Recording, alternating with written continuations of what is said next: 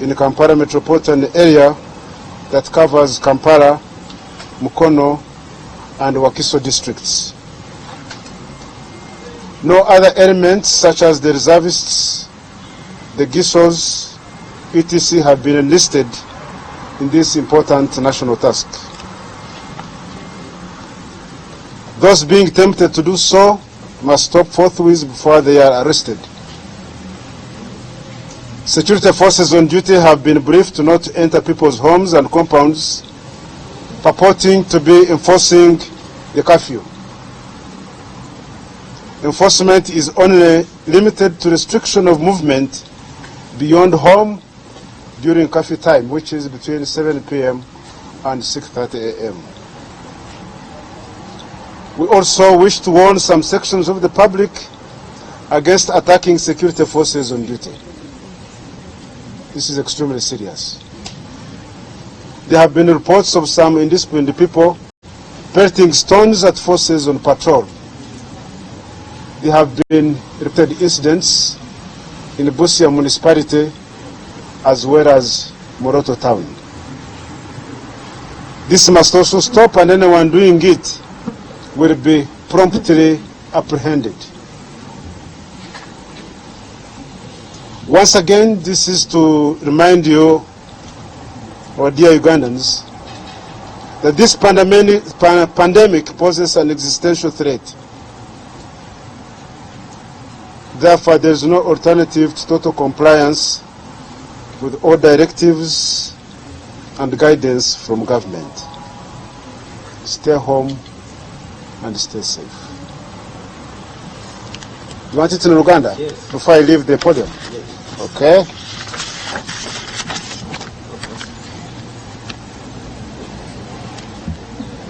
Akakiiko akakwatibwako ebyokwerinda kamaze okutegeezebwako nti waliwo abantu abakyamu abatandise okuyingira mu maka ne mu bukomera by'abantu ne batandika okukuba abantu nga beefudde ab'ebyokwerinda abateeka kafyu mu nkola. Twetaaga okutegeeza abantu mwenna nti omulimu gw'okuteeka kafyu mu nkola mulimu gwa Uganda Police ng'eyambibwako Uganda People's Defence Forces ne Local Defence Units mu kitundu kino ekya Kampala Metropolitan Area. Tewali bantu balala nga abajje ezibibi nga ne ba GISO abavunaanyizibwa ku mulimu guno. Abo bonna bakemebwa balina okukikomya oba si kyo akakwatibwa. Ab'okwerinda abali ku mulimu guno tumaze kubategeeza nti obutayingira mu mayumba ne bukomera by'abantu nga beefudde abateeka kafyu mu nkola. Etteeka likugira abantu kuva mu maka gaabwe mu kiseera kya kafyu etandika ssaawa 1 okutuuka ssaawa 12:30. Era twagala okulabula abamu ku bantu abalumbagana ab'ebyokwerinda nga bakola emirimu gyabwe. Wabaddewo okuteezebwako nti abantu ab'ebyamamu batandise okuba abantu baffe amayinja nga bali ku patrol. Tufunye reports kuva mu Busia municipality ne Moroto town. Kino kirina kukoma era omuntu yenna anakikola ajja kukwatibwa. Tulina okugondera ebiragiro n'okuwabulwa okuva mu gavumenti. Musigale awaka era mwekuume. Mwebale nnyo, mwebale ddala. Why are you smiling, my brother? Okay. You have a past. Okay. General Enanga Nimokwi.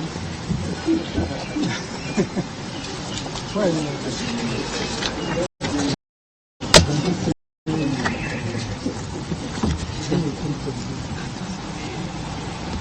Yeah, a very good afternoon to members of the media and all Ugandans who are viewing us at this time and listening to us. We are happy that we are entering day 4 of the 14-day partial lockdown and curfew. And we'd like to thank all Ugandans who are observing the provisions of the curfew, and want to continue to remind them to adhere to the health and safety guidelines directed at limiting the spread of the coronavirus in Uganda. Although the compliance levels as far as observing the curfew are still high, during last night's enforcement of the curfew, the Joint Task Force arrested 54 persons and were able to impound 45 vehicles. 38 motorcycles were impounded while carrying passengers, which is a violation of the guidelines that were given by His Excellency the President. And another 8 motor vehicles were driving past the curfew hours. There are a number of factors which were contributing to this. Pedestrians who actually start their journey late, going home. Then we noted that there are still factories that release their workers at 6 p.m. So they do have just 1 hour to get to organize themselves. And then there are also shops that, a few shops that open 7 p.m. and these ones also influence negatively some of the residents within the neighborhood. Then of Kampala, like the section from Natete, Nakauka, places like deep in Chanja Shimon. Then as you go deep in the suburbs of Kawempe, deep Maganjo, you find that motorists deep in those inroads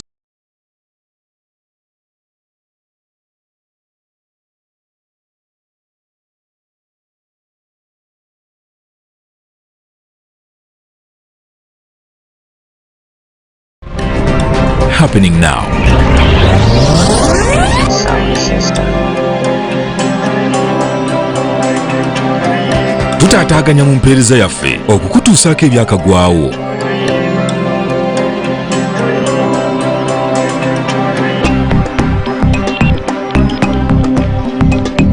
Happening now.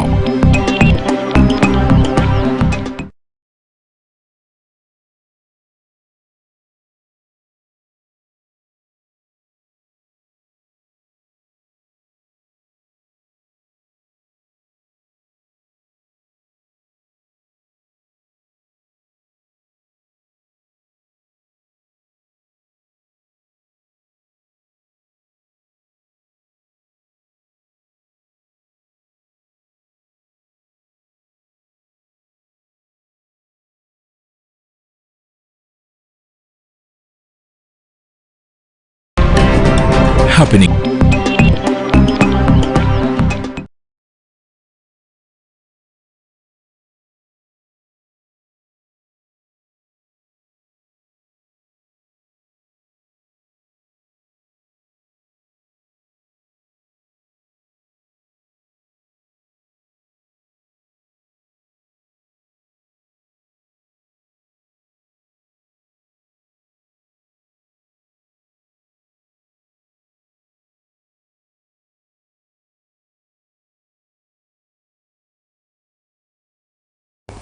category of service persons.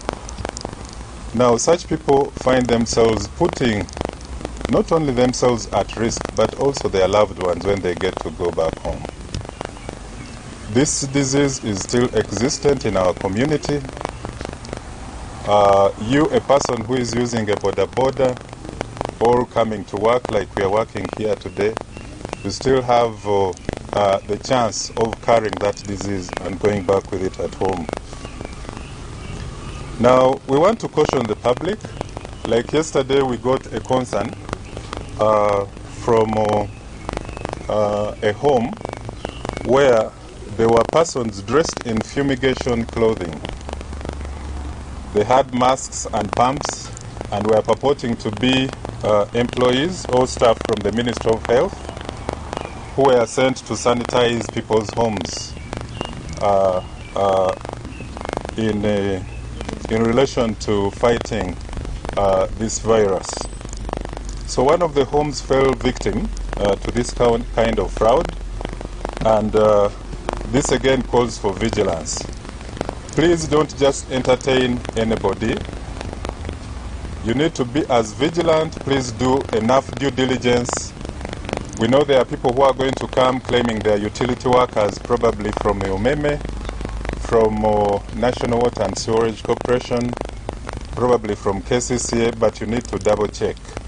Take time to interrogate them and find out where they are coming from. Luckily enough, all these utility companies have put up helplines that you can get to call. In Kamuli, our task team there is holding 4 suspects who are masquerading as security officials. They were staging unlawful or illegal roadblocks. They were caning people along the way, those who were returning home, and also extorting money from some of them. These were operating in 5 sub-counties of Chisozi, Magogo, Mbalamuti, Butansi, and Kitayungwa in Kamuli district. We've arrested them, and they have been identified as Vatwala Willie, Sekaja Muhammad, Okiria Hamida, we have Mukungu Jude. All these are residents of Kamuli. Amen Parish, Soroti Sub-County in Soroti District, who went to the referral hospital in Soroti and was using propaganda. These some of the patients who were at the hospital that he had herbal medicine that was tested and can cure the COVID-19 or any person who is exhibiting symptoms of the coronavirus. We managed to arrest him, and we are processing him on charges of falsification of drugs and indulging in negligent acts likely to spread the infection of the disease. We want to let the public know that there is no cure as yet for this disease. So if anybody comes up with such claims, please let's try to be very cautious, and let's alert our police officers, other partner agencies in trying to fight. We got about 10 suspects who were flouting the curfew. These ones were drinking in a bar at 9:30 p.m. We managed to arrest them under detention. Now, just this morning, our police in Kampala Metropolitan also communicated, where the joint security team also arrested 6 suspects. This is who own shops along NASA Road. They managed to conceal themselves. They were transported in a lorry box body, and then they disassembled NASA Road and started operating the printing business. I think they could have been attracted by the demand for some of these movement permits and stickers that were issued. Already we have 2 people whom we have arrested with the forged movement permits. One of them is a driver to registration car number UBG750B. When he was approaching our checkpoint at Rubiji, he abandoned the vehicle, and we managed to tow it to Rubiji police post. He had a move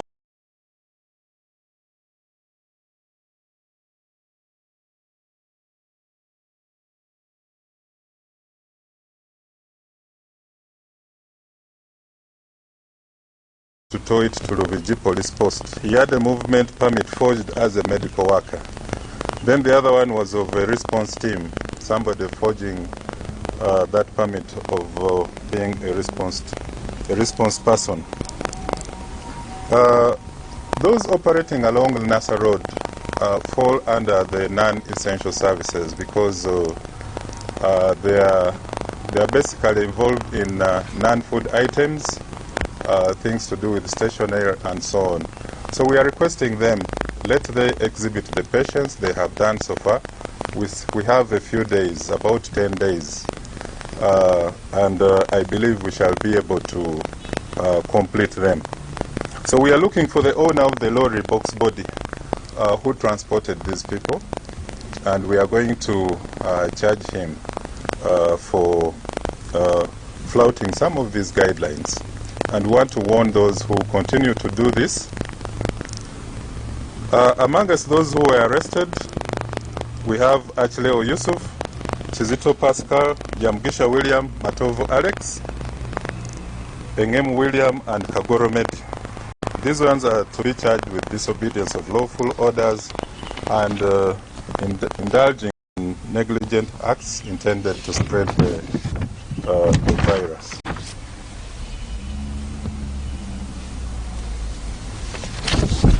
Now, on the other side, our cybercrime unit at CID headquarters is actively investigating a hatred and racially motivated audio and video recording that has been circulating on social media. It's a dangerous recording in that it stirs racial hatred between the different ethnic communities in our country, where one of the authors claims that the coronavirus should sort of spare them as an ethnic group against the wider community of Ugandans. Now, this message is abusive and it is insulting to a number of selected political actors in that video and recording, and to all Ugandans at large. So we, as the Joint Security Task Force, we of course condemn such incidents of hate and sectarianism seriously, and we are committed to fully investigating the matter and call upon anyone who can help us identify the voice and person behind the recording to come forward and share the information with us. He can contact our cybercrime officers on telephone numbers 0702 385 271, 0714 401 470, and 0717 812 495. Or you can pass the information in confidence to any police officer. We are all aware that the law protects all Ugandans equally, and want to remind the public that no one has the right to demean another, abuse, insult them based on their skin, race, religion, ethnic origin, or any other factor. To be more clear, the Ministry of Health has explained how this disease entered the country, and there is no evidence that any ethnic community within this country is responsible for the transmission of the coronavirus. So this is a matter that we are going to actively investigate. We are looking at offenses like promoting sectarianism and offensive communication. We are also giving out a reward to anyone who can identify the producer of the video, and we are also trying our best to trace backwards to the source. Thank you very much for listening to me.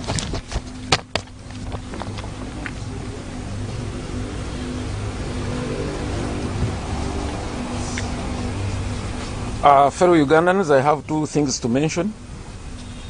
One, as prisons we have had two incidents, one in Ruzira and one in Mukono, where people claiming to be relatives and friends of our staff have insisted to want to enter our barracks. And our people have ably apprehended them and handed them over to police. According to the presidential directive, the barracks and the prison remains totally out of bounds for those who are not caught at the time of the instructions, and even those who are inside are under strict orders to move out. And two, I have got reports from different officers getting phone calls from people claiming to be strong relatives of prisoners, claiming to have higher authority and demanding express and exclusive permission to visit.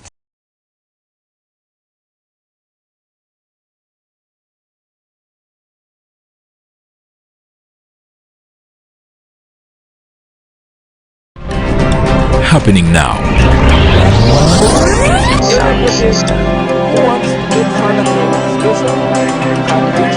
Tutaataaganya mu mpeereza yaffe okukutuusaako ebyakagwawo.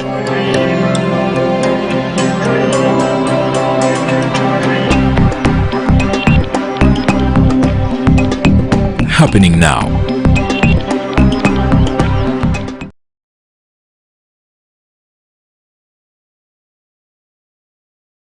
General guidelines given by His Excellency, the President of the Republic of Uganda. Thank you very much. Because of the curfew that is going to start in a few hours, I discharge the officers. No. I discharge this gathering, interpret what Enanga, what others have said. Yes, Enanga, I discharge you. I discharge all of you, sir, gentlemen. We are not in normal time.